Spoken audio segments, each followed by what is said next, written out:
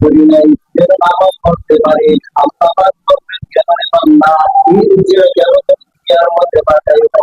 বান্দা বলবে আল্লাহ না আমি আমল সলেহ ফিমা তারাকতুল্লাহ, আল্লাহ আমি দুনিয়ার ভাবছি নামাজ পড়তে পারি নাই, নামাজ যেন পড়তে পারি, আমল সলেহ করতে পারি নাই রে আল্লাহ। ও আল্লাহ, আমি আমার নামাজ খেদমত করতে পারি নাই রে আল্লাহ। আল্লাহ পাক রব্বুল আলামিন বলবেন আল্লাহ আল্লাহ আল্লাহ আল্লাহ এই বান্দার মনে সংকটটা না কথার কথা বলতে পারবো না। তোমাকে যখন আগ্রায় যখন জড়িয়ে ফেলবে, তখন বান্দা যখন এই কথাটা বলবে, আল্লাহ বলবে মহড়ারে সুযোগ দেওয়া যাবে না। এরপর তোমার একটা জগৎ হলো, ওই জগৎটা হলো অন্যান্য জগৎ, অবরোধ জগতের জন্য জিজ্ঞেস করো।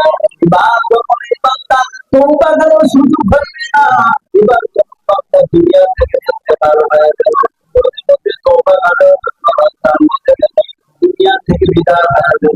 এবার যখন আল্লাহ ফেরেশতারা চলে আসলো, আল্লাহ